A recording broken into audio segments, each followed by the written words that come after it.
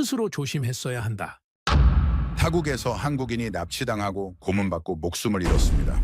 그런데 상대국 정부가 이런 말을 던진다면 어떠실 것 같습니까? 온라인 취업을 가장한 인신매매, 강제노동 폭행, 감금, 수백 명이 사라졌습니다. 각국 정부는요, 침묵으로 일관했죠. 국제기구는요, 누구 하나 움직이지 않았습니다. 그렇습니다. 캄보디아에선 그저 일상적인 일이었으니까요. 외교 항의 한 번 하고 조용히 묻히는 것, 그것이 관례였습니다. 그런데 말입니다. 단 한 나라가 달랐습니다. 대한민국이었죠. 한국인 한 명이 목숨을 잃자 정부 전체가 가동되었습니다. 48시간 만에 특수대응팀을 구성해 현지로 날아갔죠. 며칠 만에 수십 명을 구출해냈습니다. 이건 외교가 아니었습니다. 선전포고였지요. 캄보디아는 당황했고 중국은 조용해졌으며 동남아 국가들은 침묵했습니다. 왜 그랬을까요? 도대체 무슨 일이 벌어지고 있는 것일까요? 딱 1초만요. 좋아요와 구독 꾹 부탁드립니다. 전 세계가 흔한 일로 치부하고 있었습니다. 캄보디아에서 한국인 대학생이 납치되었습니다. 감금당했고 고문을 당했지요. 결국 싸늘한 주검으로 발견되었습니다. 저는 그날 보고서를 읽으며 생각했던 것이 기억납니다. 또 하나의 묻힐 사건이로구나. 그런데 48시간 뒤 한국 정부가 특수대응팀을 구성해 현지로 날아가는 것이 아니겠습니까? 저는 모니터 앞에서 얼어붙었지요. 이것이 가능한 속도란 말인가? 그때부터였습니다. 제가 한국을 새롭게 보기 시작한 것은 저는 마르쿠스 그랜트라고 합니다. 워싱턴에서 22년간 국제분쟁을 분석해온 전 CIA 안보 전문가이지요. 2025년 가을 제 책상엔 동남아 범죄 보고서가 산더미처럼 쌓여 있었습니다. 매일 같은 패턴이 되풀이되고 있었지요.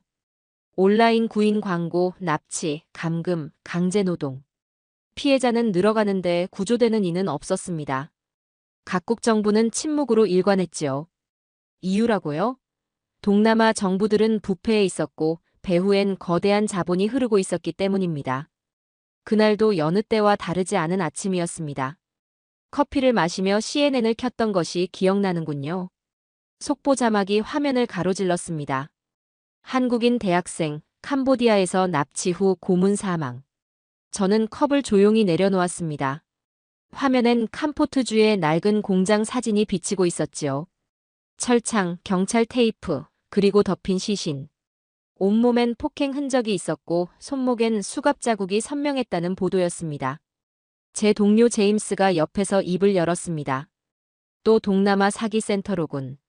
이번엔 한국인이야. 저는 천천히 고개를 끄덕였죠. 안타까운 일이네. 하지만 뭐 늘 있는 일 아니겠나. 한국 정부가 어떻게 나올까? 항해 성명 하나 내고 끝나겠지.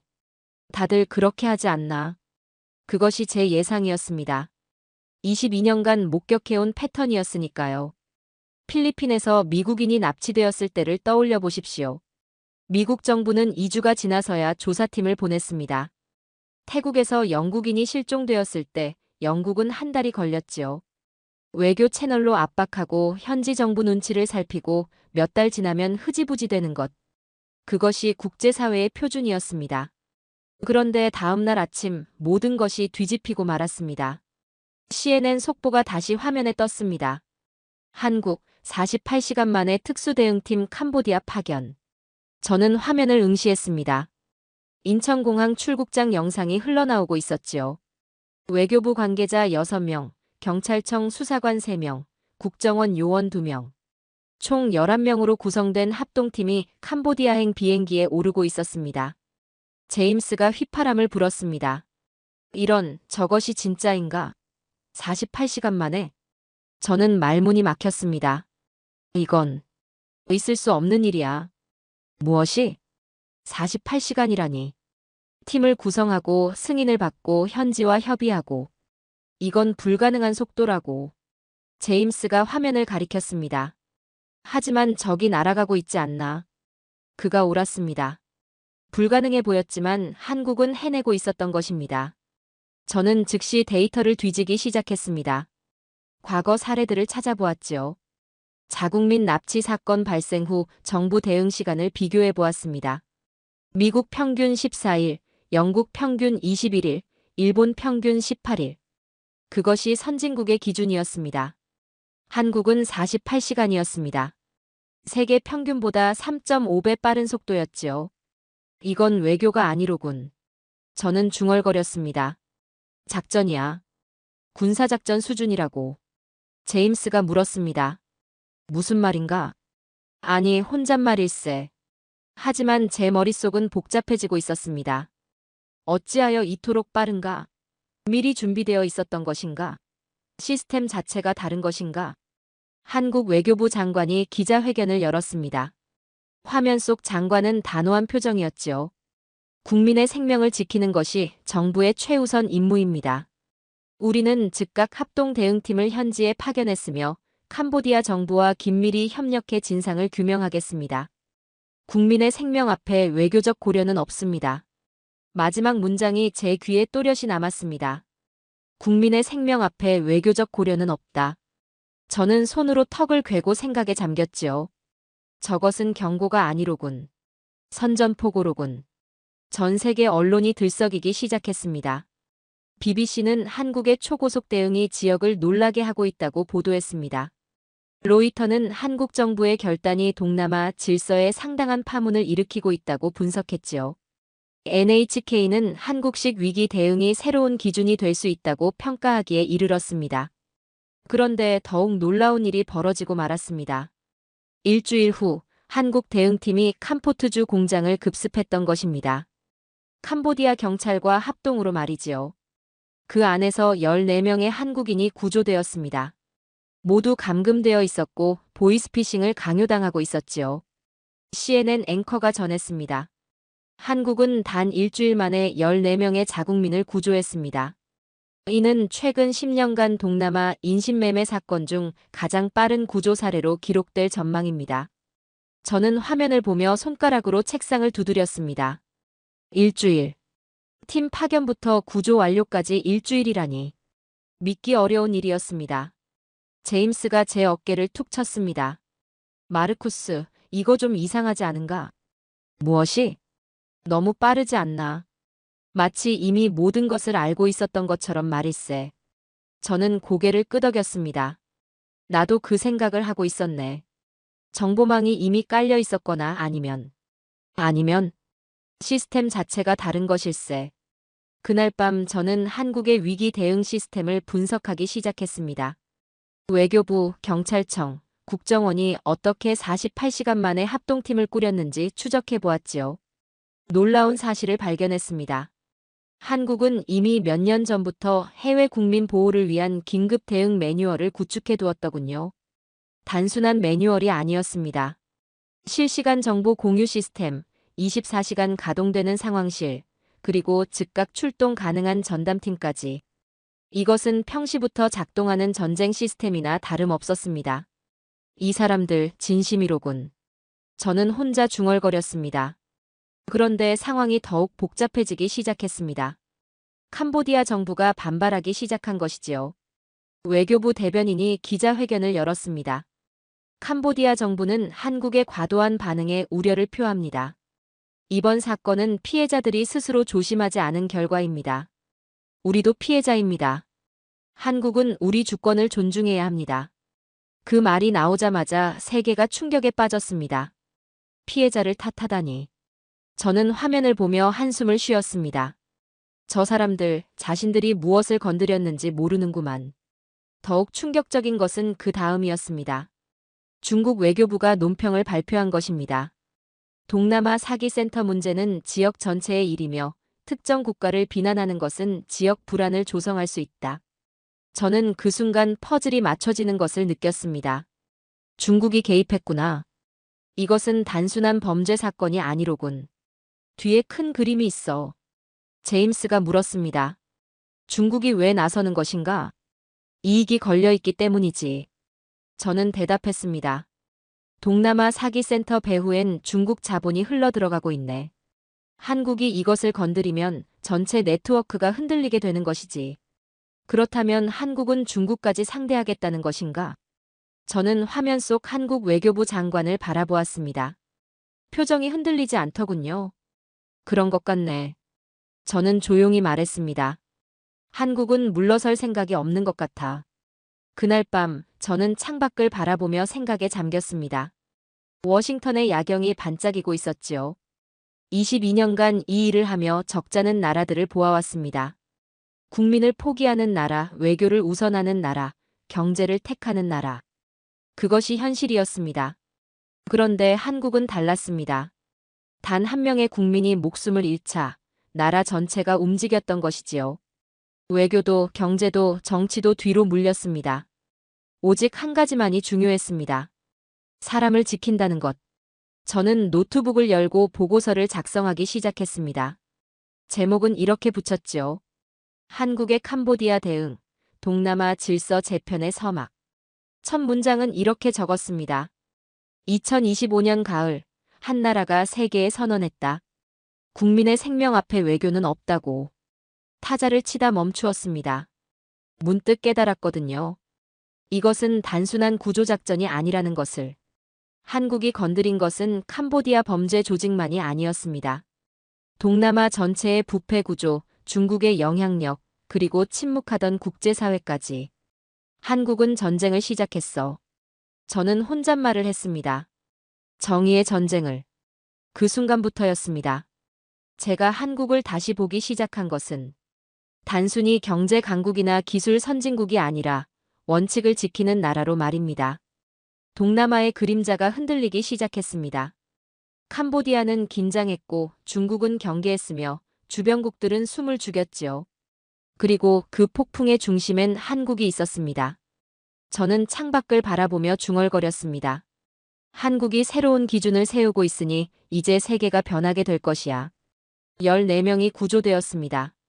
한국 대응팀이 캄포트주 공장에서 자국민을 무사히 데려온 것이지요. 전 세계 언론이 한국의 신속한 대응을 찬사했습니다. 저는 당연히 캄보디아 정부가 사과할 것이라 예상했습니다. 틀렸습니다. 완전히. 구조작전 이틀 후 캄보디아 외교부가 긴급 기자회견을 열었습니다. 저는 CNN 생중계를 켰지요. 대변인이 단상에 섰습니다. 표정이 굳어있더군요. 그리고 그가 입을 열었습니다. 캄보디아 정부는 한국의 과도한 반응에 우려를 표합니다. 이번 사건은 피해자들이 스스로 조심하지 않은 결과입니다. 우리도 피해자입니다. 한국은 우리 주권을 존중해야 합니다. 저는 커피를 뱉을 뻔했습니다. 화면을 멍하니 바라보았지요. 제임스가 소리쳤습니다. 뭐라고?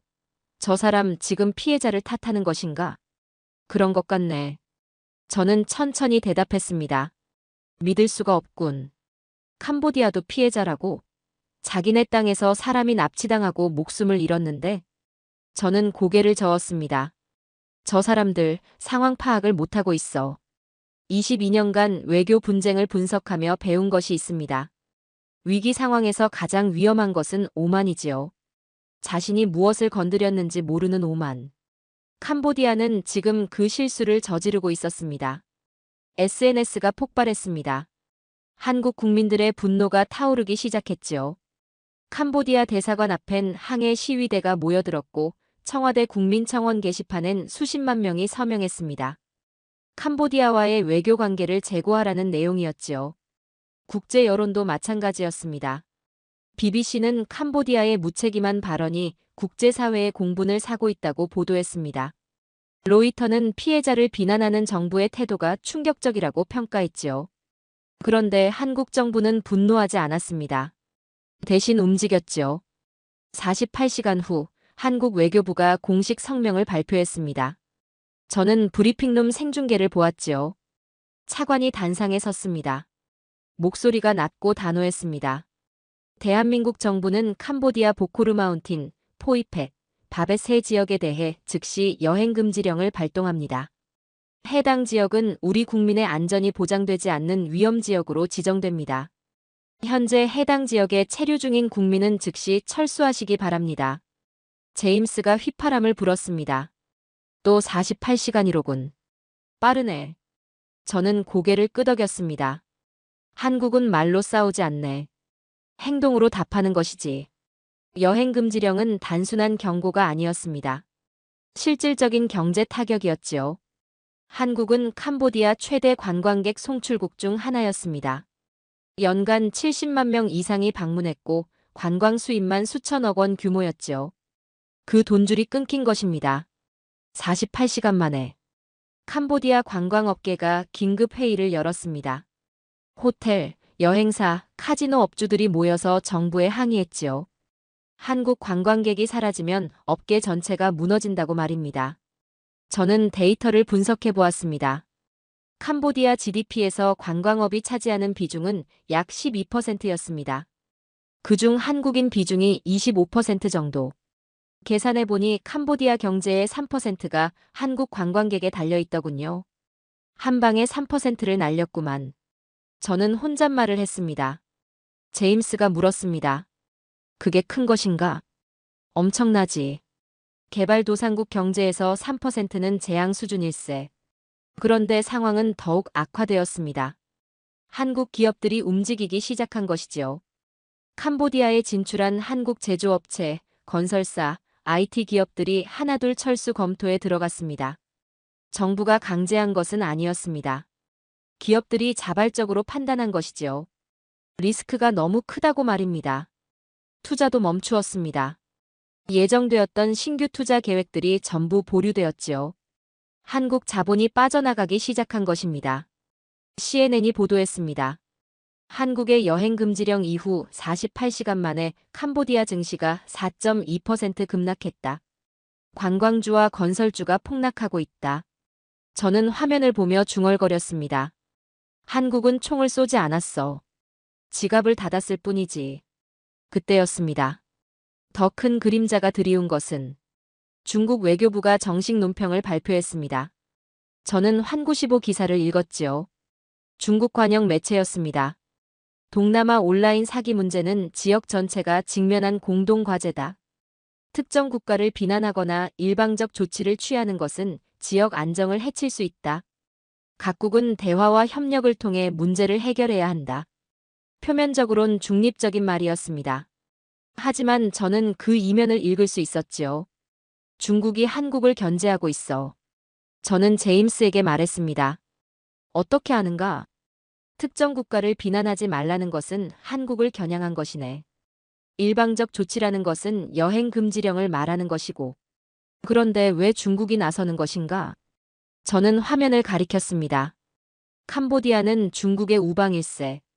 1대1로 사업의 핵심 거점이지. 한국이 캄보디아를 압박하면 중국의 영향력도 흔들리게 되는 것이네. 그렇다면 중국이 캄보디아를 지원하겠다는 것이로군. 그렇지. 게임의 규칙이 바뀐 것일세. 저는 자료를 더 찾아보았습니다. 캄보디아와 중국의 경제관계를 분석했지요. 중국은 캄보디아 최대 투자국이었습니다. 지난 5년간 투자액이 200억 달러를 넘었습니다. 항만, 도로, 전력망 대부분이 중국 자본으로 건설되었지요. 캄보디아 정부는 중국의 빚을 지고 있었습니다. 경제적으로도 정치적으로도 말입니다. 중국이 뒤를 봐주니까 캄보디아가 저렇게 나오는 것이로군. 저는 깨달았습니다. 중국 관영 매체들이 일제히 논조를 맞추었습니다. 한국의 과잉 반응, 외교적 결례, 지역 불안 조성 같은 표현들이 쏟아져 나왔지요. 조직적이었습니다. 저는 제임스에게 말했습니다. 이것은 단순한 외교 분쟁이 아니네. 세력 다툼일세. 한국 대 중국? 아직은 아니네. 하지만 그렇게 갈 수도 있어. 흥미로운 것은 다른 동남아 국가들의 반응이었습니다. 태국, 베트남, 미얀마, 라오스 모두 침묵했습니다. 공식 논평 하나 없었지요. 저는 그 침묵의 의미를 알았습니다. 눈치를 보고 있는 것이지요. 한국과 중국 사이에서 어느 편도 들 수 없었던 것입니다. 제임스가 물었습니다. 왜 아무도 말이 없는가? 중국이 두렵고 한국도 두려운 것이지. 저는 설명했습니다. 중국한테 찍히면 경제 제재를 당하고 한국한테 찍히면 투자가 끊기네. 그러니 입을 다물고 지켜보는 것일세. 비겁하군. 현실일세. 그런데 한국은 멈추지 않았습니다. 외교부 장관이 기자회견을 다시 열었습니다. 저는 생중계를 보았지요. 장관의 표정이 더욱 단호해져 있었습니다. 대한민국 정부는 국민의 생명과 안전을 최우선으로 합니다. 그 어떤 외교적 고려도 경제적 이익도 국민의 생명보다 앞설 수 없습니다. 우리는 캄보디아 정부가 진정성 있는 사과와 재발, 방지 약속을 할 때까지 모든 필요한 조치를 지속할 것입니다. 마지막 문장이 핵심이었습니다. 진정성 있는 사과와 재발 방지 약속. 그것이 없으면 압박을 계속하겠다는 것이었지요. CNN 앵커가 분석했습니다. 한국은 후퇴하지 않을 것으로 보입니다. 중국의 견제에도 불구하고 원칙을 고수하고 있습니다. 저는 화면을 보며 감탄했습니다. 저 사람들 진짜 밀어붙이는구만. 제임스가 걱정스럽게 말했습니다. 중국이 가만히 있을까? 모르지. 하지만 한국은 각오한 것 같네. 국제 여론은 점점 한국 편으로 기울었습니다. 유럽 언론들이 한국의 입장을 지지하기 시작했지요. BBC는 한국의 단호한 대응이 국제사회에 메시지를 주고 있다고 평가했습니다. 독일 슈피겔은 국민 보호를 최우선하는 한국 정부의 태도가 모범적이라고 보도했지요. 심지어 미국 국무부도 입장을 냈습니다. 우리는 각국 정부가 자국민 보호에 최선을 다해야 한다고 믿는다. 한국의 조치는 정당한 주권 행사다. 저는 그 문장을 읽고 무릎을 쳤습니다. 미국이 한국 편을 든 것이네. 중국 입장에선 최악이지. 제임스가 물었습니다. 왜?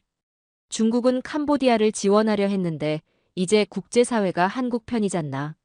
중국이 더 나서면 역효과일세. 그렇다면 중국은 물러서겠군? 아니. 저는 고개를 저었습니다. 중국은 물러서지 않네. 다만 방법을 바꿀 것일세. 제 예상이 맞았습니다. 며칠 후 중국이 캄보디아에 긴급 경제 지원을 발표했습니다. 5억 달러 규모였죠. 명목은 인프라 개발이었지만 실제론 한국 압박으로 인한 손실을 메워주는 것이었습니다. 중국이 돈으로 막으려는구만. 저는 중얼거렸습니다. 하지만 한국도 가만히 있지 않았습니다. 한국 정부가 아세안 국가들과 개별 접촉을 시작한 것이지요. 온라인 범죄 근절을 위한 협력 방안을 논의한다는 명목이었습니다. 저는 그 움직임을 보며 깨달았습니다. 한국이 포위망을 치고 있어. 뭐? 캄보디아를 고립시키는 것일세. 주변국들과 협력해서 말이네. 전략이 보이기 시작했습니다. 한국은 캄보디아 하나만 겨냥한 것이 아니었습니다. 동남아 전체의 범죄 네트워크를 무너뜨리려는 것이었지요. 그리고 그 과정에서 중국의 영향력도 견제하는 것이었습니다.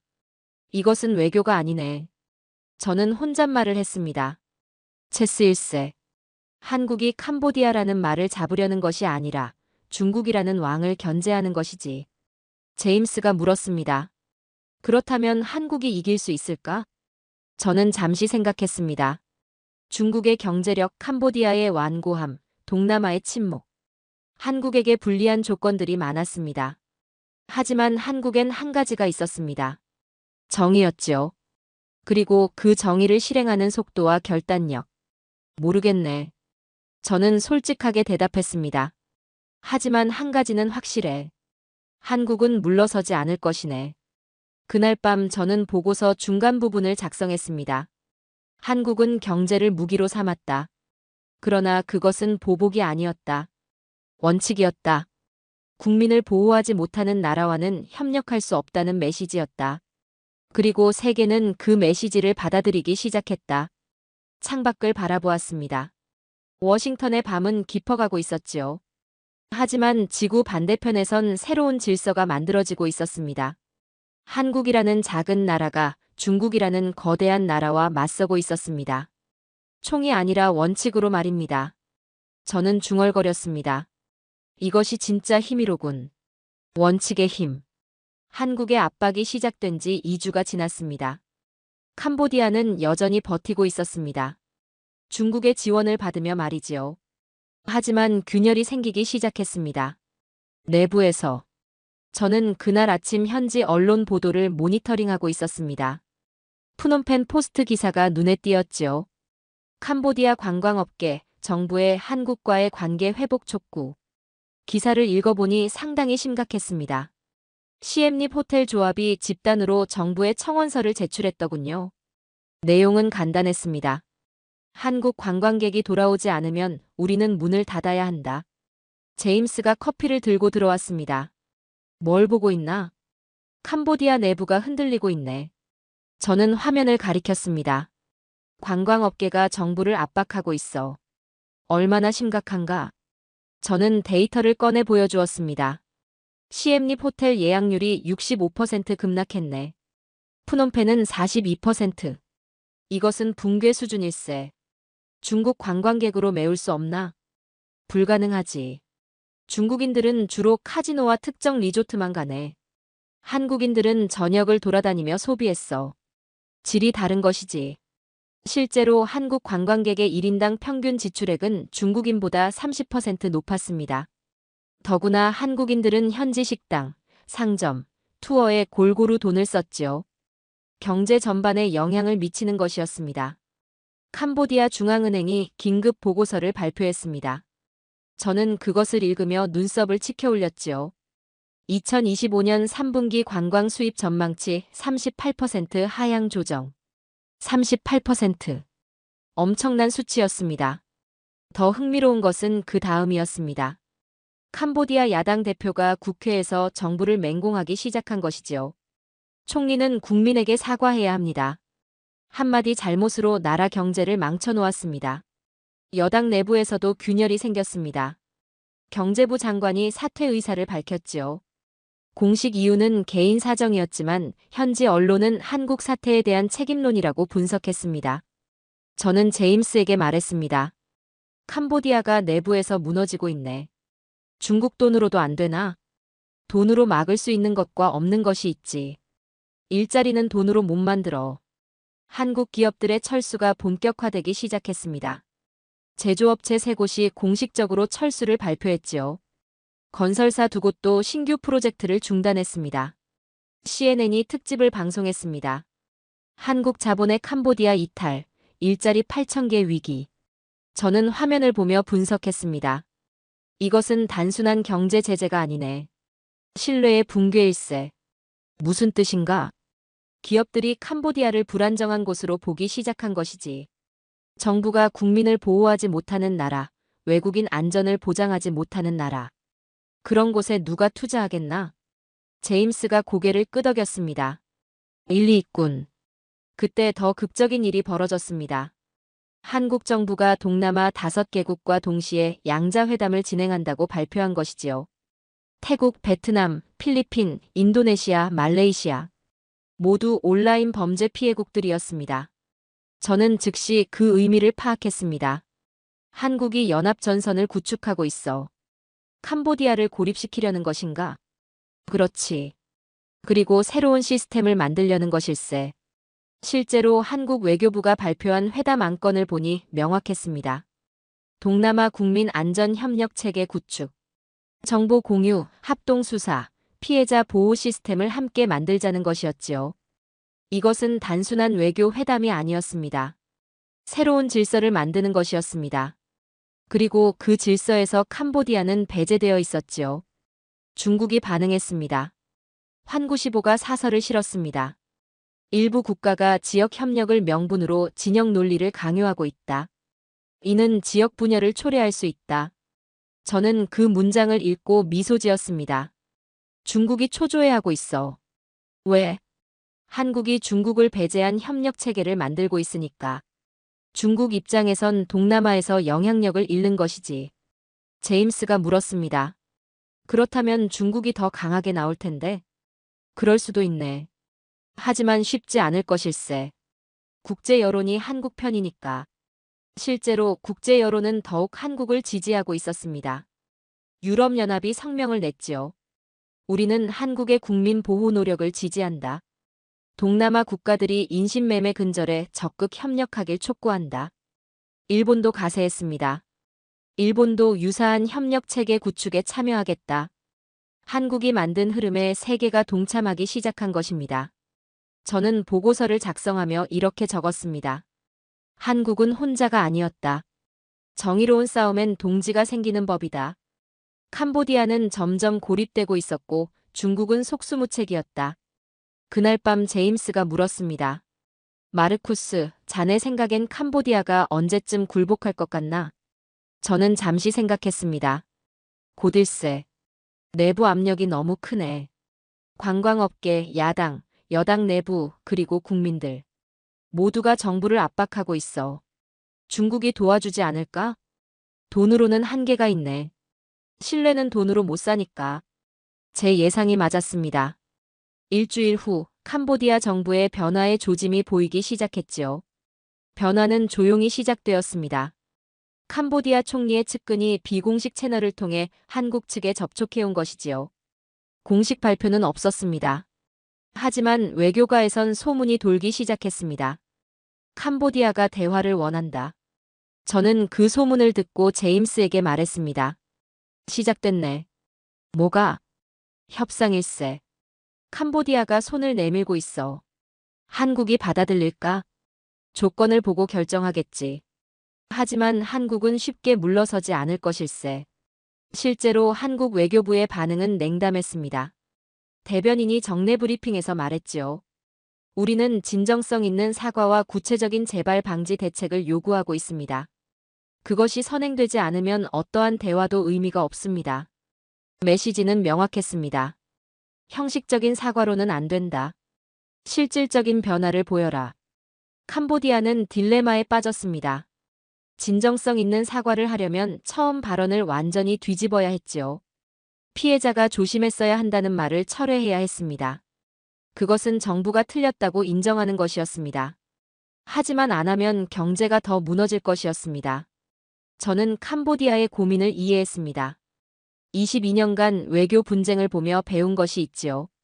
자존심과 실리 사이에서 국가는 항상 갈등한다는 것을. 현지 언론이 움직이기 시작했습니다. 푸놈펜 포스트가 사설을 실었지요. 정부는 현실을 직시해야 한다. 자존심으로 밥을 먹을 수 없다. 캄보디아 상공회의소가 성명을 냈습니다. 정부는 즉각 한국과의 관계를 회복해야 한다. 기업들이 무너지고 있다. 시민들이 거리로 나왔습니다. 푸놈펜 중심가에서 수천 명이 모였지요. 일자리를 돌려달라, 한국과 화해하라는 구호가 터져나왔습니다. 제임스가 화면을 보며 말했습니다. 국민이 정부를 압박하고 있군. 그렇네. 저는 고개를 끄덕였습니다. 이것이 민주주의일세. 정부가 잘못하면 국민이 바로잡는 것이지. 압력은 사방에서 쏟아졌습니다. 국내에서는 국민과 기업이, 국외에서는 국제사회가 캄보디아를 압박했지요. 그리고 마침내 캄보디아 총리가 움직였습니다. 긴급 기자회견이 소집되었습니다. 저는 생중계를 켰지요. 총리가 단상에 섰습니다. 표정이 굳어 있었습니다. 그리고 그가 입을 열었습니다. 캄보디아 정부는 한국 국민들에게 사과드립니다. 저는 몸을 앞으로 기울였습니다. 드디어 시작됐구나. 우리의 초기 발언은 부적절했습니다. 피해자들에게 책임을 전가하는 것처럼 들렸다면 그것은 우리의 실수였습니다. 캄보디아 정부는 자국 내에서 발생한 범죄에 대해 책임을 통감합니다. 제임스가 휘파람을 불었습니다. 완전히 입장을 바꿨네. 저는 고개를 끄덕였습니다. 하지만 충분하지 않을 것일세. 한국은 구체적인 행동을 요구했으니까. 총리가 계속 말했습니다. 우리는 다음과 같은 조치를 즉시 시행하겠습니다.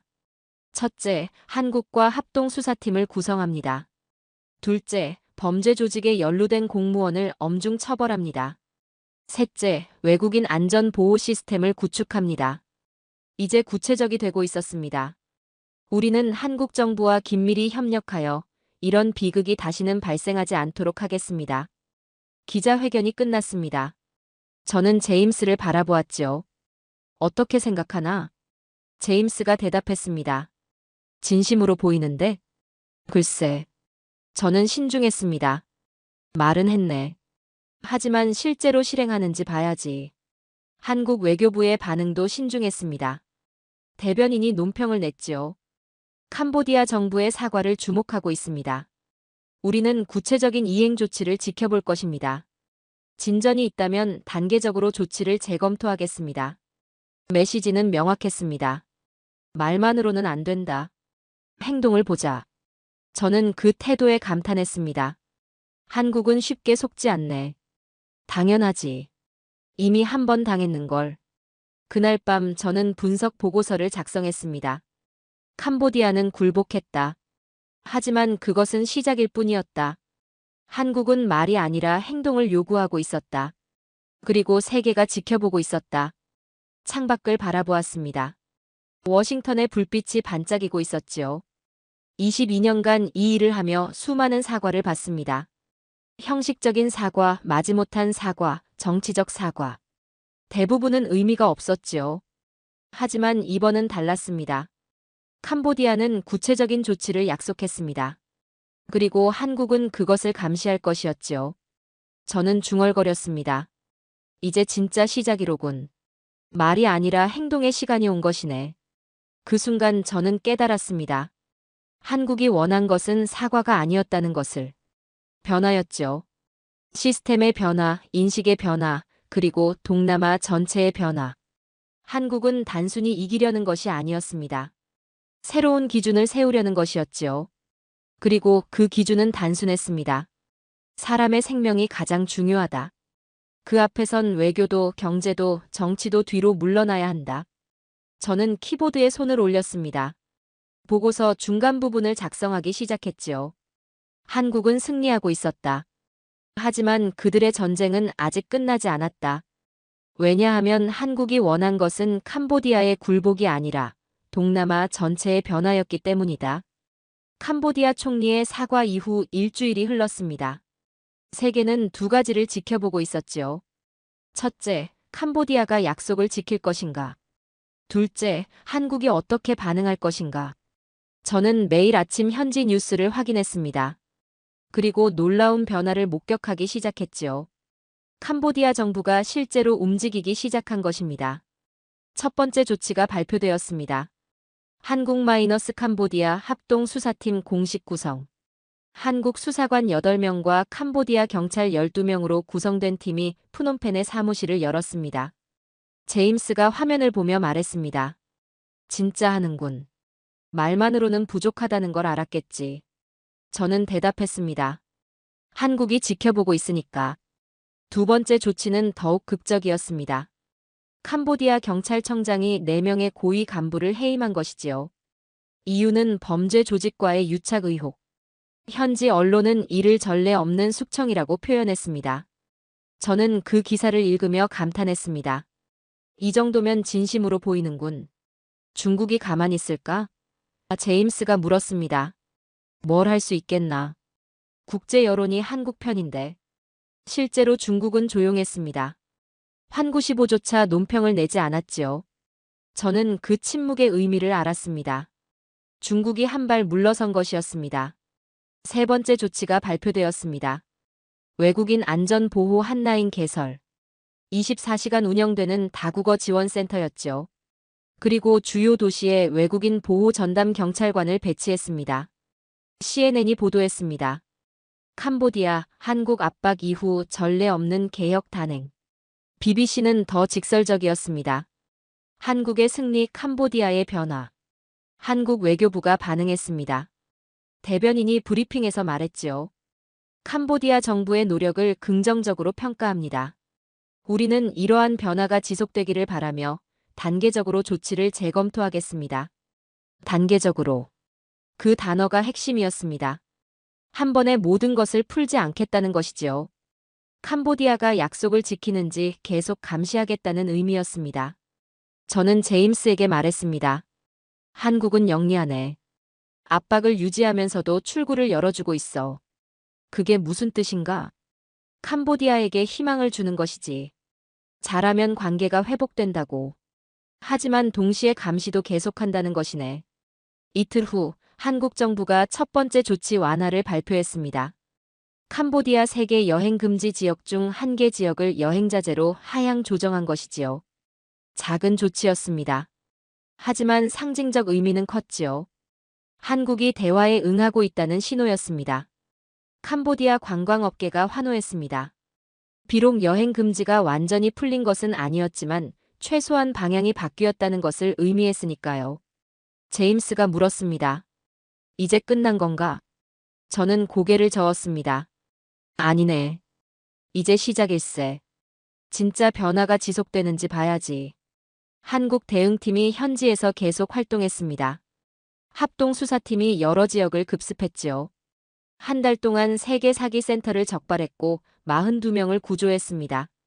그중 한국인은 18명이었고 나머지는 다른 국가 국민들이었습니다. 흥미로운 점은 한국이 다른 국가 국민들까지 구조했다는 것이었습니다. CNN 앵커가 이를 지적했지요. 한국은 자국민만이 아니라 다른 피해자들까지 구조하고 있습니다. 이는 인도주의적 접근입니다. 저는 그 보도를 보며 중얼거렸습니다. 한국은 복수가 아니라 정의를 추구하는구나. 국제사회의 평가가 쏟아지기 시작했습니다. 유엔 인권 최고대표가 성명을 냈습니다. 한국의 대응은 국민 보호의 모범 사례다. 유럽연합 외교안보정책 대표도 가세했지요. 한국의 접근 방식이 새로운 국제 기준이 될 수 있다. 심지어 미국 국무장관이 공개 연설에서 언급했습니다.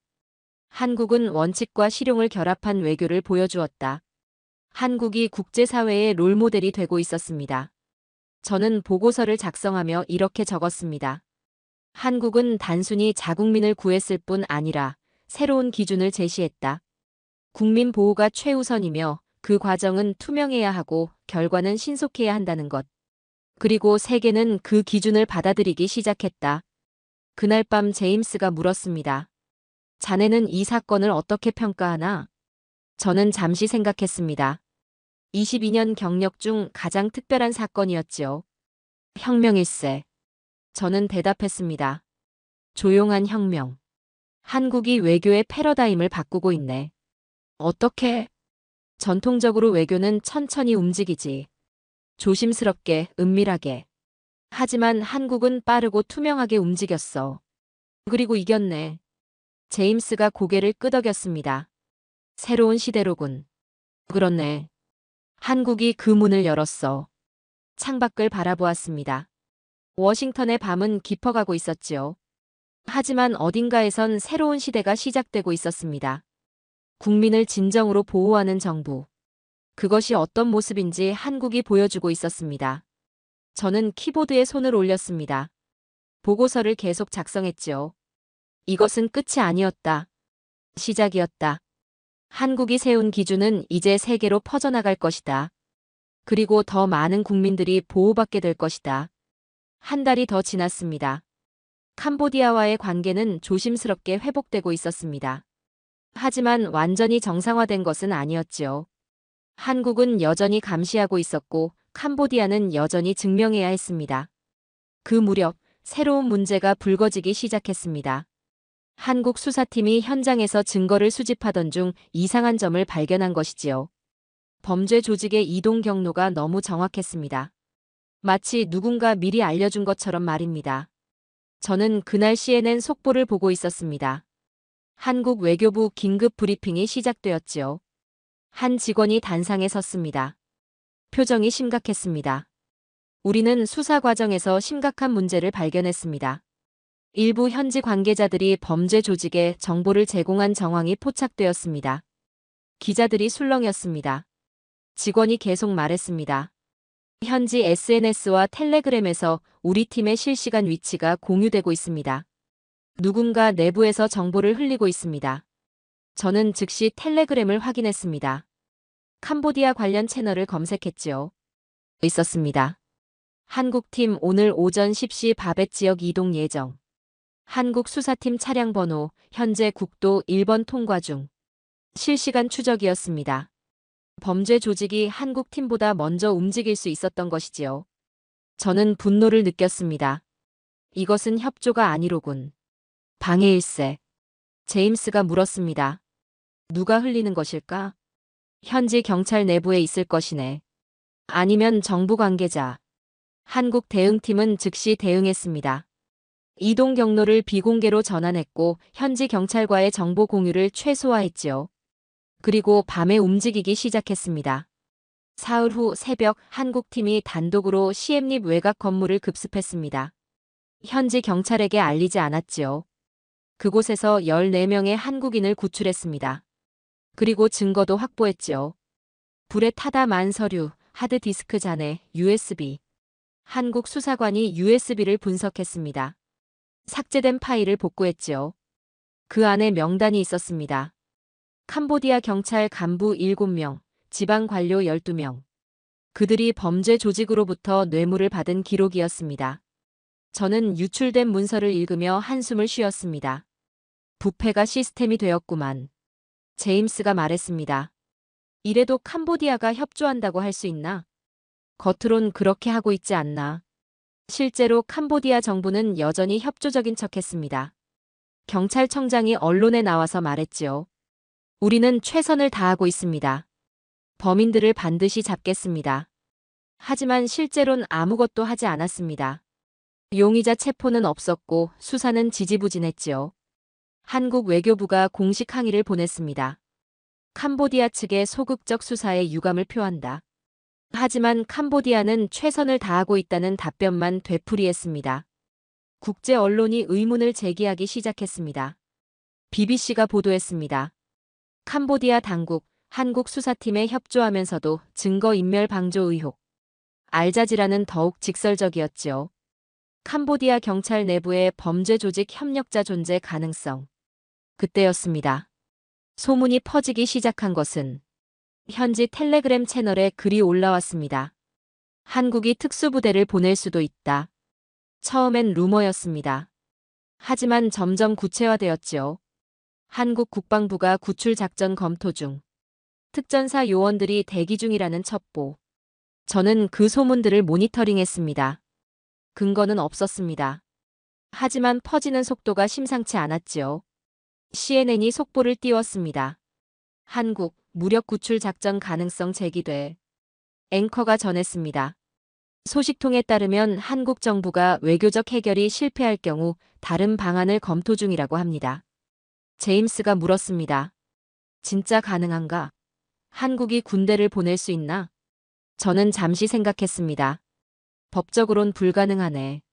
주권 침해니까. 하지만 만약 캄보디아가 계속 방해한다면 한국이 무엇을 할지 모르겠네. 국제사회가 긴장했습니다. 미국 국무부가 성명을 냈습니다. 우리는 모든 당사국이 외교적 해결을 모색하길 바란다. 유엔 사무총장도 입장을 밝혔지요. 평화적 방법으로 문제를 해결해야 한다. 하지만 누구도 한국을 비난하진 않았습니다. 오히려 캄보디아를 압박했지요. 유럽연합이 성명을 냈습니다. 캄보디아는 수사에 성실히 협조해야 한다. 아세안 의장국 인도네시아도 우려를 표명했습니다. 영내 안정을 위해 캄보디아의 적극적 협력이 필요하다. 캄보디아는 고립되기 시작했습니다. 한국 국방부 대변인이 정례 브리핑에서 말했습니다. 우리는 모든 가능한 방안을 검토하고 있습니다. 국민 보호가 최우선입니다. 모든 가능한 방안. 그 말이 세계를 긴장시켰지요. 저는 분석 보고서를 작성했습니다. 제목은 한국의 인내심이 한계에 다다르고 있다였습니다. 중간에 이렇게 적었지요. 캄보디아는 협력의 가면을 쓰고 있지만 실제론 범죄를 보호하고 있다. 한국은 그것을 알고 있다. 그리고 더 이상 기다리지 않을 수도 있다. 마지막 문장은 이렇게 마무리했습니다. 외교의 한계선 위에서 정의는 더 이상 말로만 존재하지 않을 수 있다. 그날 밤 저는 창밖을 바라보며 생각했습니다. 한국이 정말 무언가 할까? 군사작전까지 갈까? 알 수 없었습니다. 하지만 한 가지는 확실했지요. 한국은 국민을 포기하지 않을 것이라는 점. 그리고 세계는 그것을 알고 긴장하고 있었습니다. 소문이 현실이 되는 데는 일주일이 걸렸습니다. 세계적인 이슈가 되자 전 세계 50개 이상 언론이 한국을 헤드라인에 올렸습니다. 제임스가 감탄했습니다. 한국이 완전히 스포트라이트를 받고 있군. 당연하지. 저는 대답했습니다. 이런 속도와 투명성은 본 적이 없네. 세계가 주목할 수밖에. 흥미로운 것은 각국의 반응이었습니다. 일본 NHK가 특집을 방송했습니다. 한국의 위기 대응 시스템을 우리도 배워야 한다는 내용이었지요. 독일 슈피겔은 한국 모델이 유럽에 시사점을 준다고 분석했습니다. 심지어 미국 뉴욕타임스도 사설을 실었습니다. 한국이 국제 표준이 되고 있었습니다. 그런데 더욱 극적인 변화는 캄보디아에서 일어나고 있었습니다. 경제가 무너지기 시작한 것이지요. 한국 여행 금지령 발효로 예상되는 관광객 감소는 65%였습니다. 시엠립 호텔들이 줄줄이 문을 닫았지요. 푸놈펜 면세점 매출도 엄청난 타격이 예상되었습니다. 한국 기업 철수도 가속화되었습니다. 제조업체 12곳, 건설사 7곳이 공식적으로 철수를 두고 고민을 시작했습니다. 일자리 8,000개가 걸려 있었지요. 더욱 치명적인 것은 투자 중단이었습니다. 한국뿐 아니라 일본, 싱가포르, 대만 기업들까지 캄보디아 투자를 보류했습니다. 한국 사태를 지켜보겠다는 이유였지요. 예정되었던 신규 투자 32건이 전부 보류되었습니다. 금액으로 따지면 18억 달러였습니다. 캄보디아 중앙은행 총재가 긴급 기자회견을 열었습니다. 저는 생중계를 보았지요. 우리 경제는 건전합니다. 일시적 어려움일 뿐입니다. 하지만 그의 손이 떨리고 있었습니다. 국제 신용평가사들이 연쇄 하향을 발표했습니다. 무디스, 피치, S&P 모두 캄보디아 등급을 낮추었지요. 캄보디아 국채 금리가 치솟았습니다. 정부가 돈을 빌리는 비용이 2배로 뛴 것입니다. 환율도 폭락했습니다. 달러 대비 리엘화 가치가 3주 만에 12% 떨어졌지요. 현지 언론이 보도한 시장 상황은 참담했습니다. 쌀값이 올랐고 기름값이 치솟았으며 서민들이 고통받고 있었지요. 캄보디아 야당이 국회에서 정부를 맹공했습니다. 한국과의 관계를 왜 이렇게 망쳤느냐? 심지어 여당 내부에서도 균열이 생겼습니다. 경제부 장관이 사퇴했고 재무차관이 총리에게 항해 서한을 보냈지요. 캄보디아 상공회의소가 성명을 냈습니다. 정부는 즉각 한국과 대화하라. 시민들이 거리로 나왔습니다. 푸놈펜에서 수천 명이 모였지요. 일자리를 돌려달라, 한국과 화해하라는 구호가 터져나왔습니다. 총리는 완전히 궁지에 몰렸습니다. 그때 더욱 놀라운 일이 벌어졌습니다. 중국이 조용해진 것입니다. 처음엔 한국을 견제하던 중국이 갑자기 말을 아꼈습니다. 외교부 정례 브리핑에서 기자가 물었지요. 캄보디아 사태에 대한 중국의 입장은? 대변인이 짧게 답했습니다. 이는 양자 간 문제입니다. 대화로 해결되길 바랍니다. 그것이 전부였습니다. 이전처럼 한국을 비난하지 않았지요. 제임스가 놀라워했습니다. 중국이 왜 갑자기 조용해진 것인가? 저는 분석했습니다. 계산한 것이지. 국제 여론이 완전히 한국 편이잖나. 중국이 캄보디아 편들면 역풍 맞네. 그래서 한 발 빠진 것일세. 그렇다면 캄보디아는 완전히 고립되었군. 그렇네. 중국마저 등을 돌렸으니. 중국 관영 매체들도 톤이 바뀌었습니다. 환구시보가 사설을 실었지요. 각국은 자국민 보호에 책임이 있다. 그러나 국제법을 준수해야 한다. 한국을 직접 비난하지 않고 원칙론만 얘기한 것입니다. 사실상 손을 뗀 것이었지요. 캄보디아는 완전히 혼자가 되었습니다. 국제사회 압박도 거세졌습니다. 아세안 회의가 열렸습니다. 긴급 안건이었지요. 영내 국민 안전 협력 방안. 베트남 대표가 발언했습니다. 우리는 캄보디아가 적극적으로 수사에 협조하길 촉구합니다. 태국 대표도 가세했지요. 이 문제는 한국만의 일이 아닙니다. 우리 국민도 피해를 입었습니다. 캄보디아 대표는 아무 말도 못했습니다. 유엔 인권이사회도 결의안을 채택했습니다. 동남아 인신매매 근절을 위한 국제조사 개시. 캄보디아를 겨냥한 것이었지요. 모든 방향에서 압박이 쏟아졌습니다. 그리고 마침내 총리의 발언이 다시 한번 나왔습니다. 우리는 한국 정부와 전면 협력하겠습니다. 범죄 조직을 반드시 근절하고 재발 방지 시스템을 구축하겠습니다. 이번엔 오만이 아닌 구체적인 약속이었습니다. 변화가 시작된 것이지요. 저는 그 모든 것을 지켜보며 깨달았습니다. 한국이 이긴 것이네. 총 한 방 안 쏘고. 제임스가 물었습니다. 어떻게? 원칙으로. 저는 대답했습니다. 한국은 흔들리지 않았네. 국민 보호라는 원칙을. 그리고 세계가 그 원칙을 지지한 것이지. 그날 밤 저는 보고서를 마무리했습니다. 마지막 문장은 이렇게 적었지요. 한국의 분노는 투명했고 그들의 대응은 교과서였다. 이제 세계가 한국을 따라 배우고 있다. 한 달 반이 지났습니다. 사건은 끝나지 않았습니다. 수사는 계속되었고 국제조사도 진행 중이었지요. 하지만 결과는 이미 나와 있었습니다. 한국이 이겼다는 것. 저는 워싱턴 사무실에 앉아서 최종 보고서를 작성하고 있었습니다. 제목은 한국이 세운 새로운 기준이었지요. 화면엔 뉴스가 흐르고 있었습니다. 한국 외교부 ODA 투명성 강화한 공식 발표. 아세안 6개국 한국과 국민안전협력체계 구축 합의. UN 인권이사회 한국 대응을 국제모범 사례로 지정. 한국은 멈추지 않았습니다. 사건을 계기로 시스템을 바꾸고 있었지요. ODA 투명성 강화안의 내용을 보니 혁신적이었습니다. 모든 원조금의 블록체인 추적 시스템을 도입하고 현지 감독관을 상주시키며 집행 과정을 실시간 공개한다는 것이었지요. 아세안 협력도 구체적이었습니다. 범죄 정보 공유, 합동 수사, 피해자 보호 시스템 구축. 6개국이 서명했습니다. 한국이 만든 시스템이 국제 표준이 되고 있었습니다. 제임스가 커피를 들고 들어왔습니다. 마르쿠스, 이것 보았나? 화면을 가리켰지요. UN 인권이사회 결의안이 나왔습니다. 대한민국의 위기 대응을 국제 모범 사례로 인정하며 각국이 참고할 것을 권고한다. 저는 미소 지었습니다. 한국이 교과서가 되었구만. 그것뿐이 아니네. 제임스가 다른 기사를 보여주었습니다.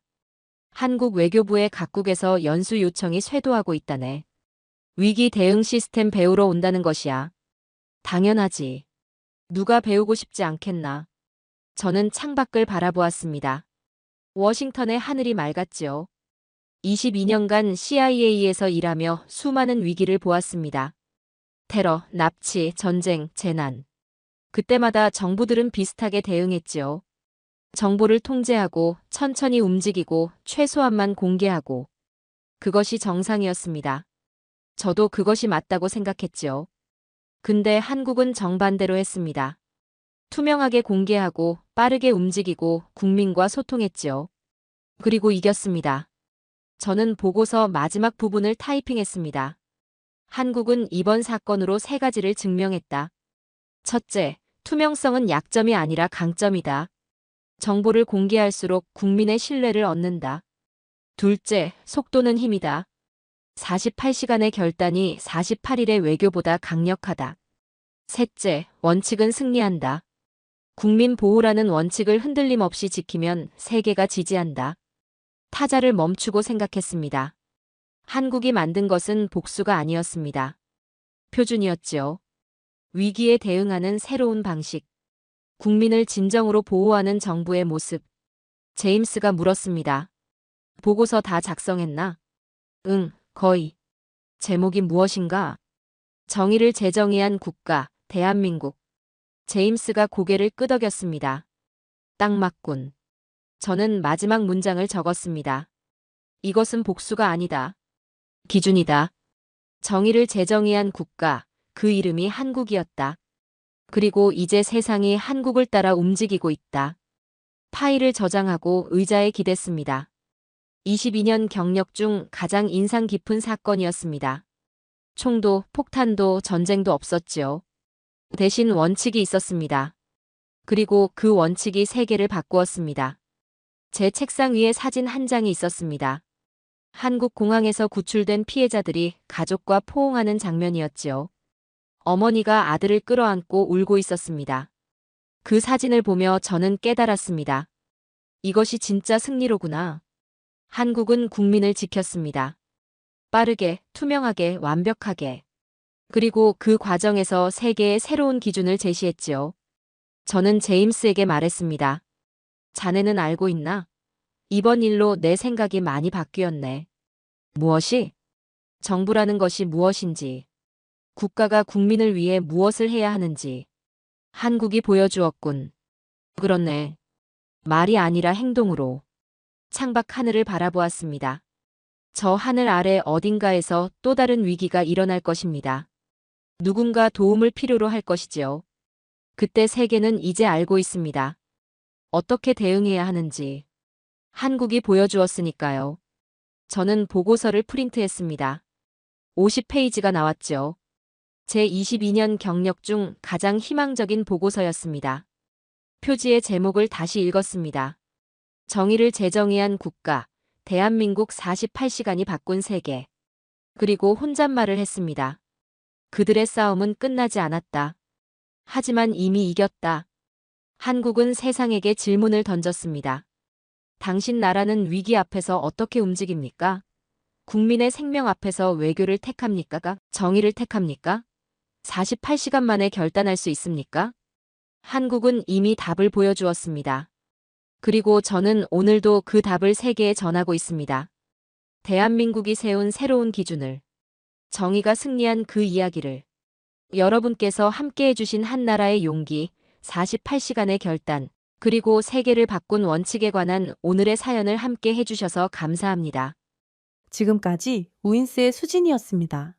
오늘도 끝까지 함께 해주셔서 정말 감사합니다. 수진이랑 우인스 다음에도 함께 해요. 오늘도 행복한 하루 되세요. 사랑합니다.